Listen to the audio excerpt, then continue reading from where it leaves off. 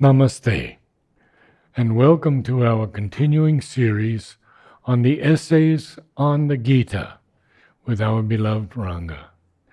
We are on chapter 10, the Yoga of the Intelligent Will.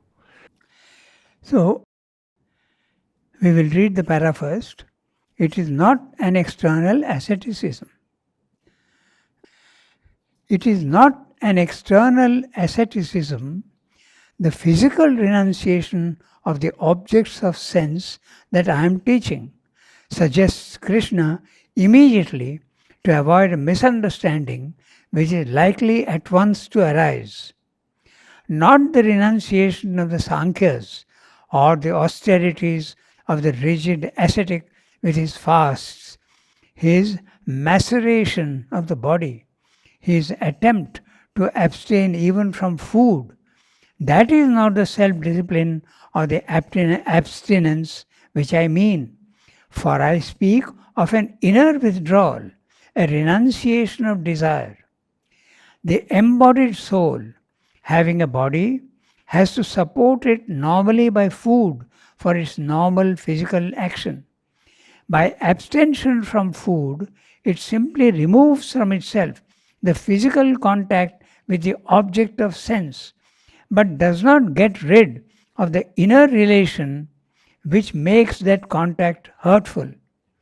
It retains the pleasure of the sense in the object, the rasa, the liking and disliking. For rasa has two sides. The soul must, on the contrary, be capable of enduring the physical contact without suffering inwardly this sensuous reaction. Otherwise, there is nivritti, cessation of the object, vishaya vinivartante, but no subjective cessation, no nivritti of the mind. But the senses are of the mind. Now, that's the next phrase. But the senses are of the mind, subjective, and subjective cessation of the rasa is the only real sign of mastery. How is this desireless contact with objects, the unsensuous use of the senses possible? It is possible param drishtva, by the vision of the Supreme, param, the soul, the Purusha, and by living in the yoga, in union or oneness of the whole subjective being with that, through the yoga of the intelligence. For the one soul is calm, satisfied in its own delight, and that delight, free from duality, can take, once we see the supreme thing in us and fix the mind and will on that, the place of the sensuous, object-ridden pleasures and repulsions of the mind.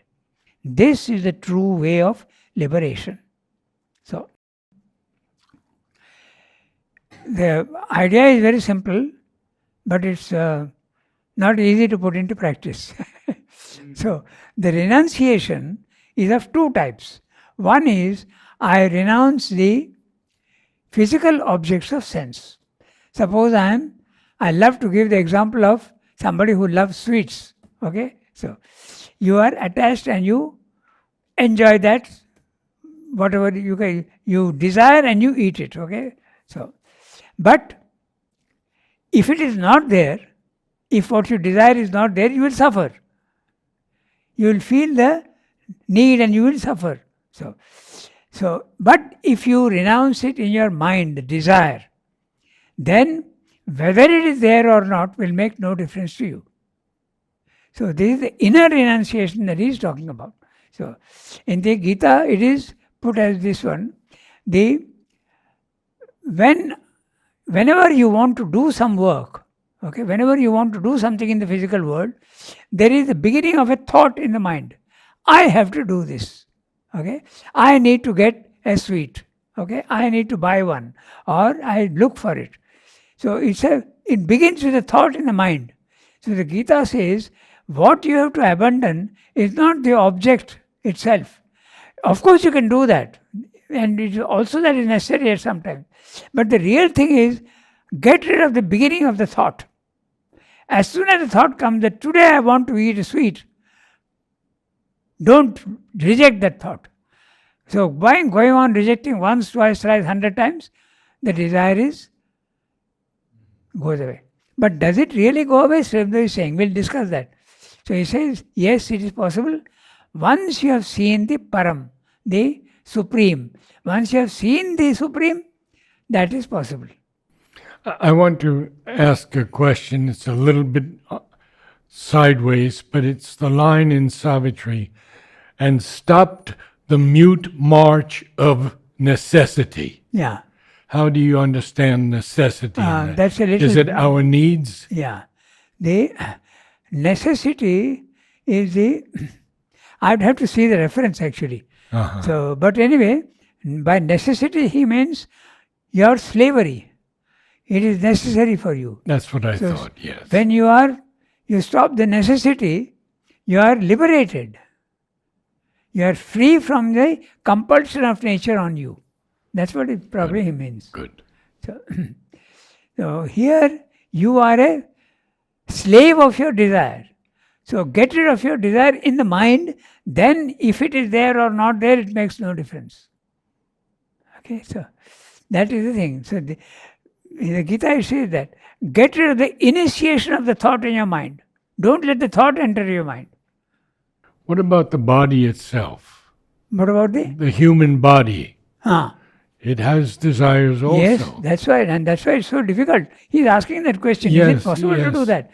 Then he answers that it is possible once you have seen the Supreme.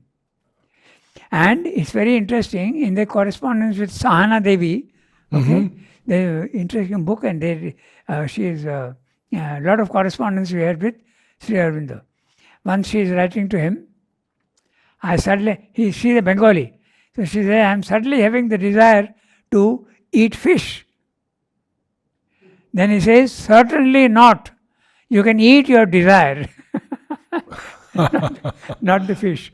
Then she says, I'm trying very hard, but I'm not being able to get rid of it. So he tells her, it is not easy to get rid of it that easily. So try to get rid of it to a large extent. But the real getting rid of it will come param drishtva. When you are liberated, these things go away. So, how many have seen God to get rid of this?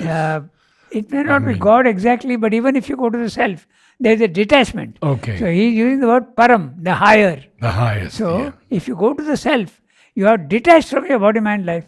The consciousness is free. The body, mind, life will continue to have desires. Yeah. But you are not the body, mind anymore. I see, yes. You are free. Yes. Yes, it is true that the body, mind, life is having desires and is going on. But what does it matter? I am not the body. It is somebody else. If you have a problem, I don't have the problem. So my body is different and I am different. I am the consciousness. I am the soul.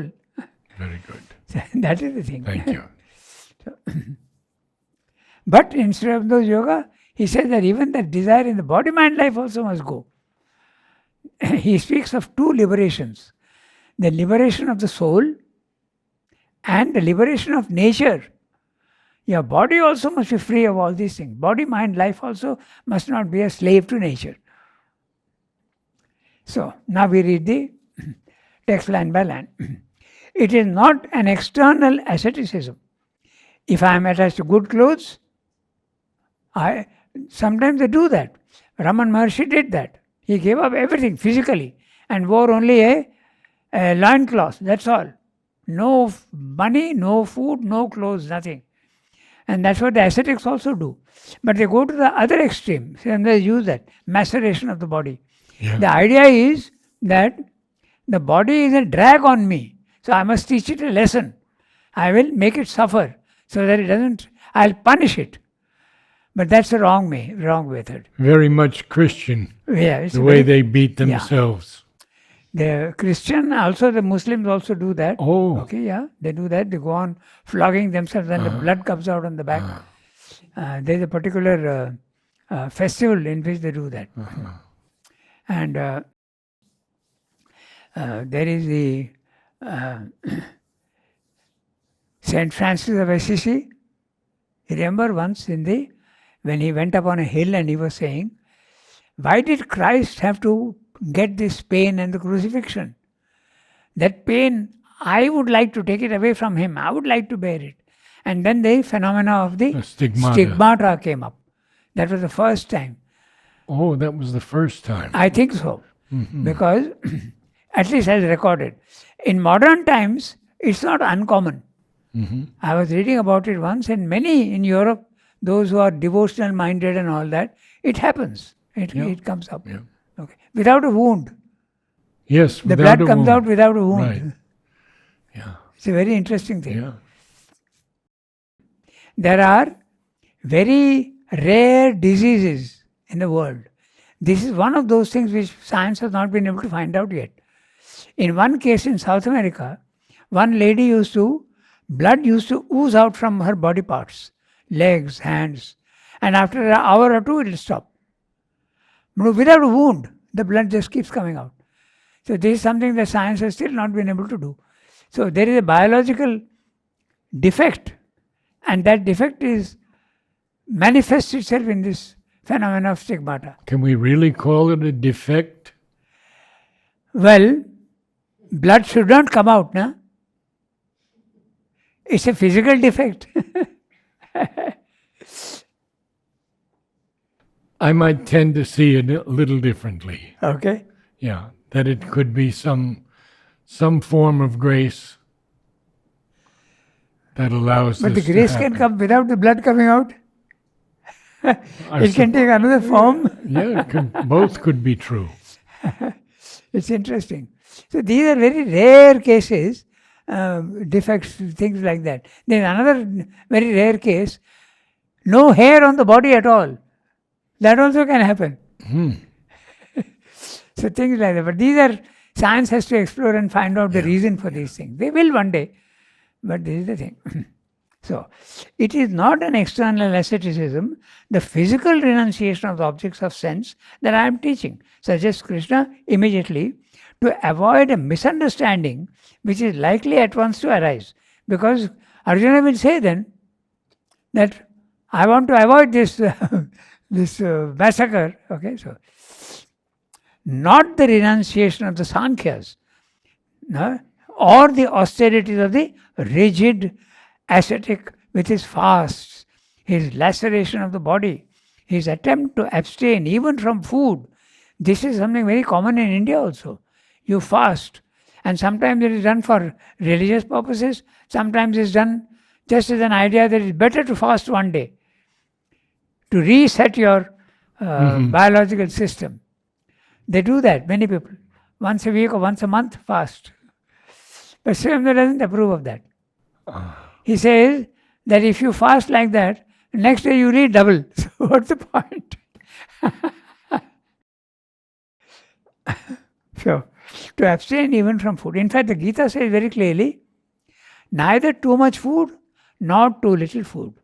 Neither too much sleep, nor too little sleep. It has to be a great balance. And of course, it will vary from individual to individual. How much you have to eat, how much you have to sleep. So he says, not this rigid ascetic with his fast, the maceration of the body, his attempt to abstain even from food. That is not the self-discipline or the abstinence which I mean. For I speak of an inner withdrawal, a renunciation of desire. So, when the desire goes away, then whether you indulge in that which was a desire earlier is unimportant. As I use the word, okay, good clothes. Okay, so I love to wear good clothes. I have desire. But if the desire is cut in the mind, whether I wear a silk shirt or a terracotta shirt or an ordinary shirt or a sackcloth, makes no difference to me. So I can do that.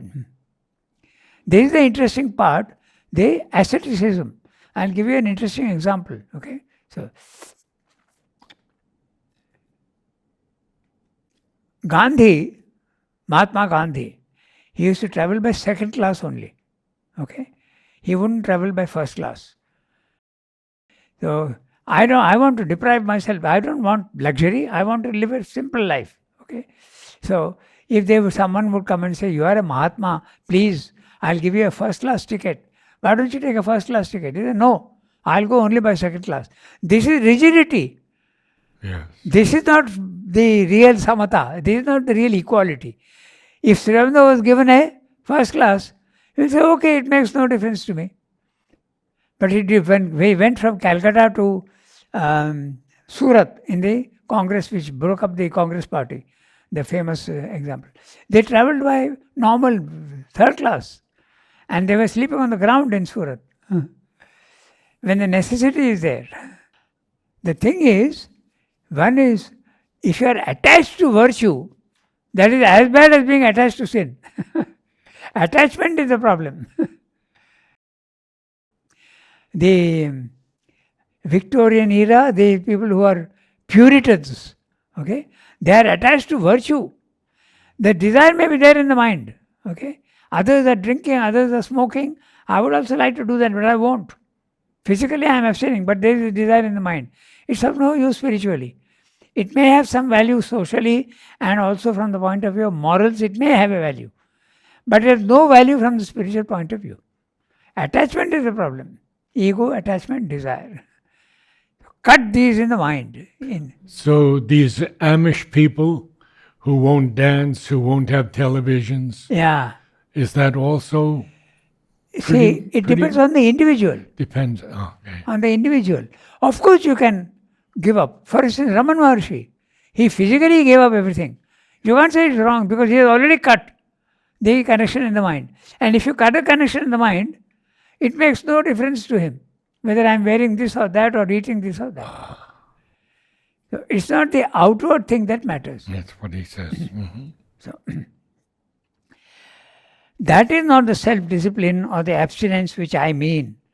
For I speak of an inner withdrawal, a renunciation of desire. The embodied soul, having a body, has to support it normally by food for its normal physical action. By abstention from food, it simply removes from itself the physical contact with the object of sense, but does not get rid of the inner relation which makes that contact harmful. So it's the inner desire that has to be conquered. Okay, then it retains the pleasure of the sense in the object, the rasa, the liking and the disliking. For rasa has two sides. The soul must, on the contrary, be capable of enduring the physical contact without suffering inwardly this sensuous reaction. So, what does it mean exactly? He says that you should be able to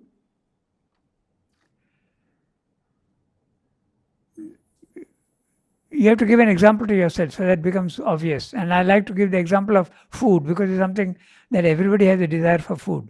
So if I like something, okay, let you do it, but let it not generate greed and desire in you. Let your inner being be absolutely calm and quiet. Then what you are doing has no importance.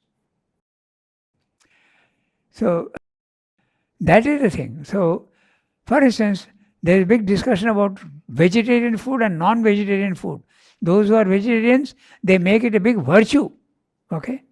Not necessarily so. What would be better? Someone who is eating non-veg food without any desire and without anything, and someone who is eating vegetarian food with great desire. Which is worse from the spiritual point of view? So that the outer action doesn't matter at all. Spiritually speaking, it matters from the lower points of view. Socially, morally, these are values, but not spiritually. There's no value. So, rasa has two sides. The soul must, on the contrary, be capable of enduring the physical contact without suffering inwardly this sensuous reaction. The word suffering here means undergoing. He doesn't mean to suffer. Because if you are eating a rasgulla and you are enjoying it, you are not suffering. But you are undergoing the attachment. Okay, so and also it can mean also without suffering inwardly this sensuous reaction. It also means that you must remain absolutely calm and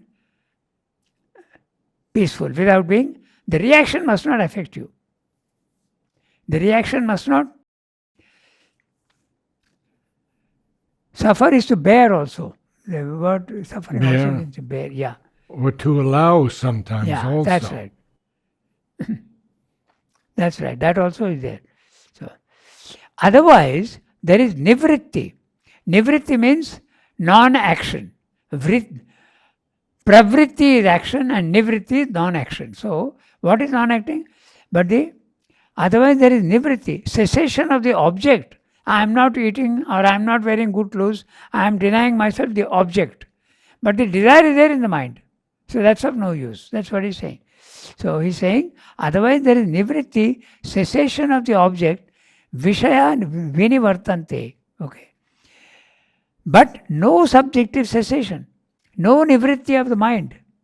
The desire continues to exist in the mind. I have only stopped the outer action. That's of no use. If you cut the desire in the mind, whether there is action, positive or negative, doesn't make any difference. Subjective says rasa is the only so.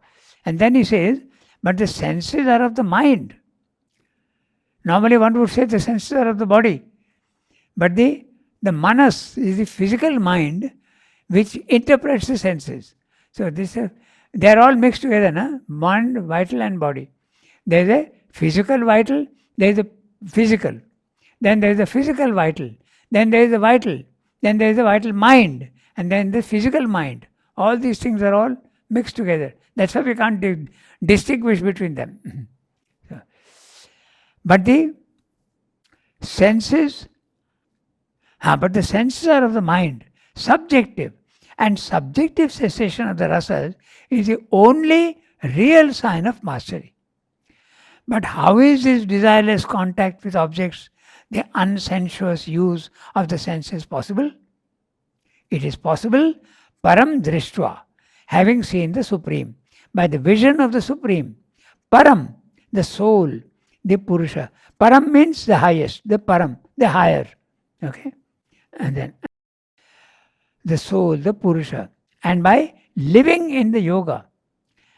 Yoga, he is using the word in its real sense, union or oneness with the Purusha. In union or oneness of the whole subjective being with that through the yoga of the intelligence. For the one soul is calm, satisfied in its own delight. And that delight, free from duality, can take, once we see the supreme thing in us. See, he's saying supreme thing. He's not saying God. Yeah. So, when you go to the self, you see that. And fix the mind and will on that, the place of the sensuous object-ridden pleasures and repulsions of the mind. Okay? And will on that, the place of the sensuous object-ridden pleasures and repulsion of the mind. This is the true way of liberation. One shouldn't jump to the conclusion that physical renunciation is therefore of no value. You can't say that.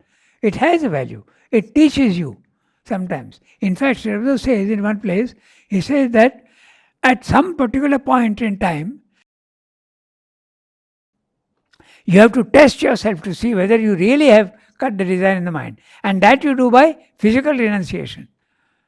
And see the reaction in you, whether there is a hankering or not. If there is no hankering, you have mastered. That's what he says. By the way, you are correct. Meted is correct. Yes. I apologize. Apology not accepted.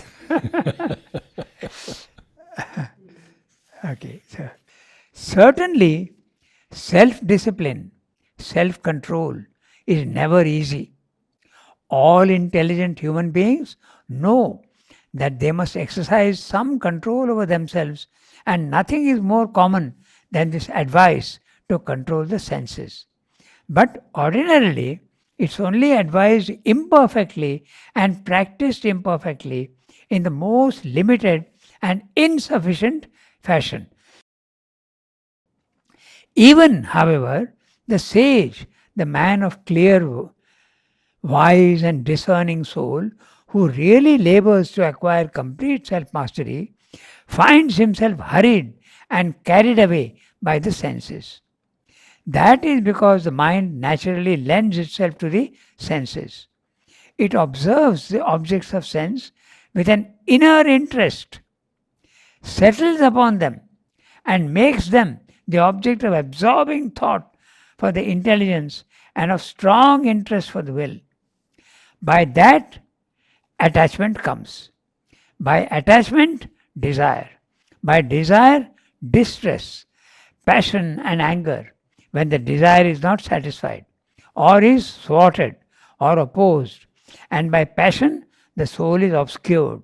The intelligence and will forget to see and be seated in the calm, observing soul. There is a fall from the memory of one's true self, and by that lapse, the intelligent will is also obscured, destroyed even. For the time being, it no longer exists to our memory of ourselves. It disappears in a cloud of passion. We become passion, wrath, grief, and cease to be self and intelligence and will.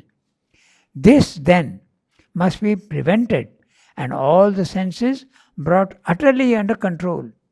For only by an absolute control of the senses can the wise and calm intelligence be firmly established in its proper seat.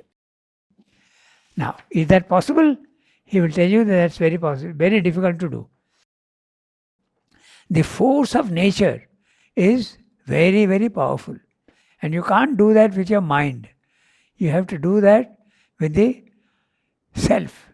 You have to do that. The instrument for control is only at the higher level, not at this level. But it does seem that attachment is the real problem here. That's right. What did you say? Attachment is the real problem here. He mentions it. Yes, attachment. That's right. Yeah. So you have to detach yourself. And that for that, the Sankhya method is you have to go on watching yourself. Just as you can watch your body. Okay? I had an injury yesterday. I am watching it quite objectively. I can watch my emotions. I was angry yesterday. I should not have been. I can watch. You can also watch your thoughts. But the problem is you watch your thoughts after they have occurred. Yes. If you can watch your thoughts while they are occurring, then there is a distance between the thought and the thinker. Yes. That's the detachment that is required. Yes. And that's not easy. That happens only at the self. When the identification with body, mind, life goes away. So slowly by practice, this also can be done. So self-observation is of prime importance. You must go on observing yourself. So, there's a very interesting sequence. We'll read that now. Okay. Certainly, self-discipline, self-control is never easy. All intelligent human beings know that they must exercise some control over themselves, and nothing is more common than this advice to control the senses. But ordinarily, it is only advised imperfectly and practiced imperfectly, in the most limited and insufficient fashion. Even, however, the sage, the man of clear, wise, and discerning soul, who really labors to acquire complete self-mastery, finds himself hurried and carried away by the senses. That is because the mind naturally lends itself to the senses.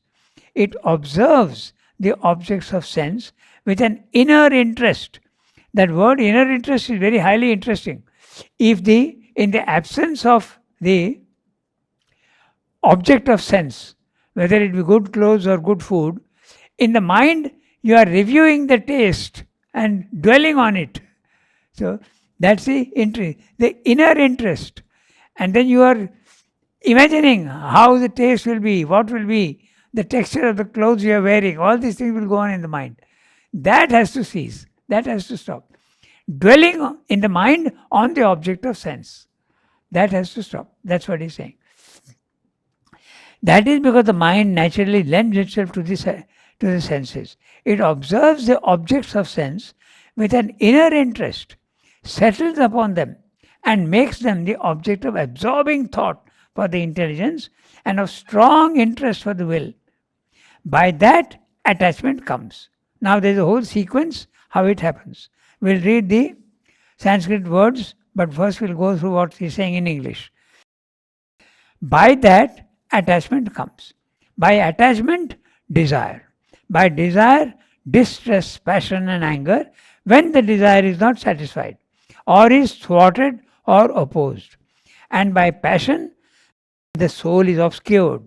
The intelligence and will forget to see and be seated in the calm, observing soul. There is a fall from the memory of one's true self. And by that lapse, the intelligent will is also obscured, destroyed even, for the time being. Now that's interesting. Sam often uses words. Yeah, for. So Yes. here, for the time being, it no longer exists to our memory of ourselves.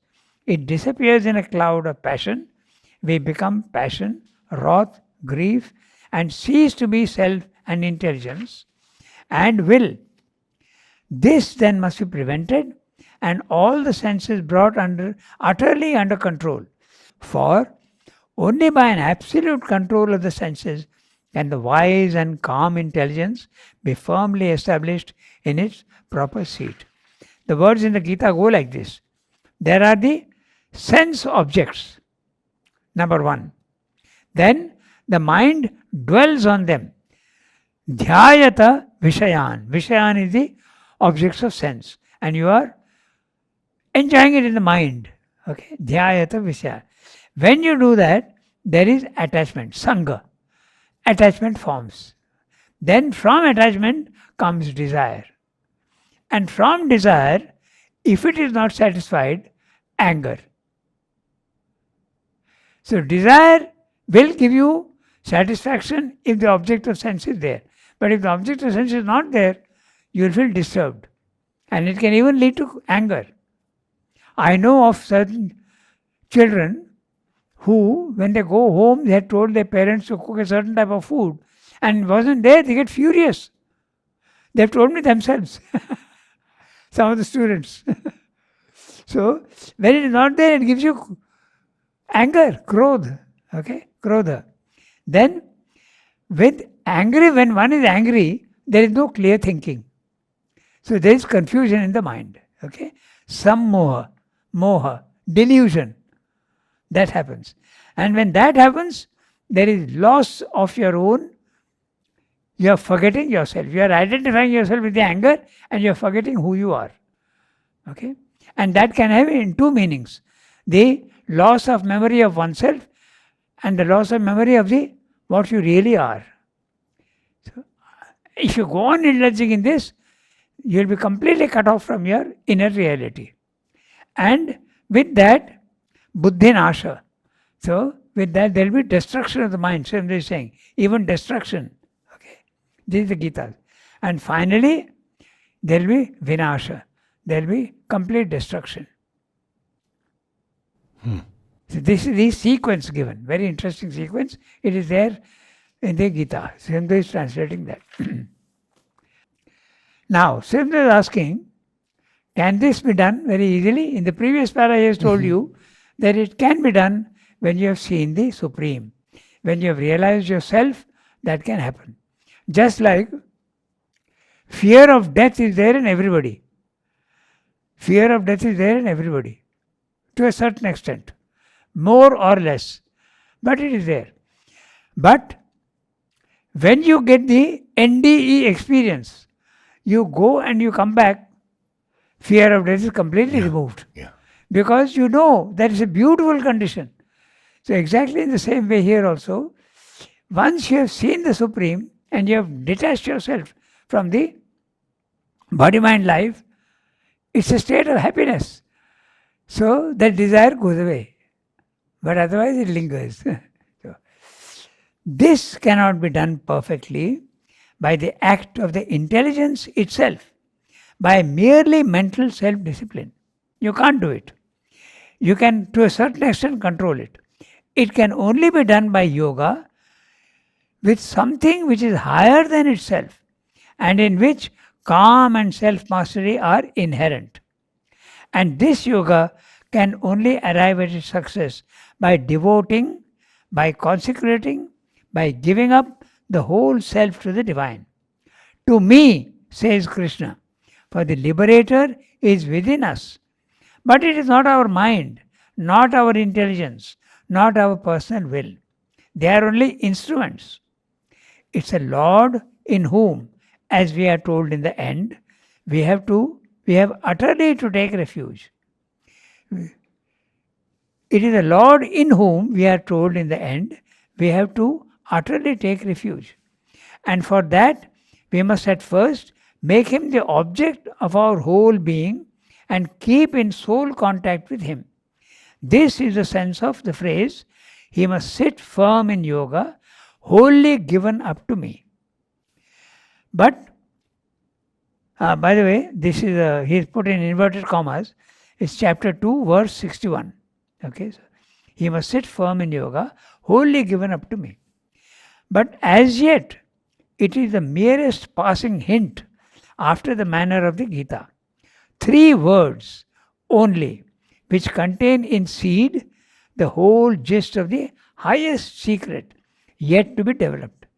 Yukta asita matpara. Yukta, concentrated and joined. Asita, let him sit. Matpara, concentrated on me. So that's it. He's saying that it will be developed fully later on. Here it's only hinted at. 3 words. Yukta asita matpara. If this is done, then it becomes possible to move among the objects of sense, in contact with them, acting on them, but with the senses entirely under the control of the subjective self, not at the mercy of the objects and their contacts and reactions, and that self again obedient to the highest self, the Purusha. Then, free from reactions, the senses will be delivered from the affections of liking and disliking, escape the duality of positive and negative desire, and calm, peace, clearness, happy tranquility, Atma Prasada, will settle upon the mind, about the man.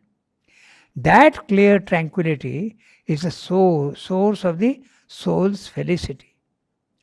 All grief begins to lose its power of touching the tranquil soul. The intelligence is rapidly established in the peace of the self. Suffering is destroyed. It is this calm, desireless, griefless fixity of the buddhi in self-poise and self-knowledge to which the Gita gives the name of samadhi. So samadhi is your mind is constantly concentrated on the object of your veneration. So if you can do that, then the suffering disappears. Suffering comes because of desire, and if desire is removed, suffering goes away. Thank you, Ranga.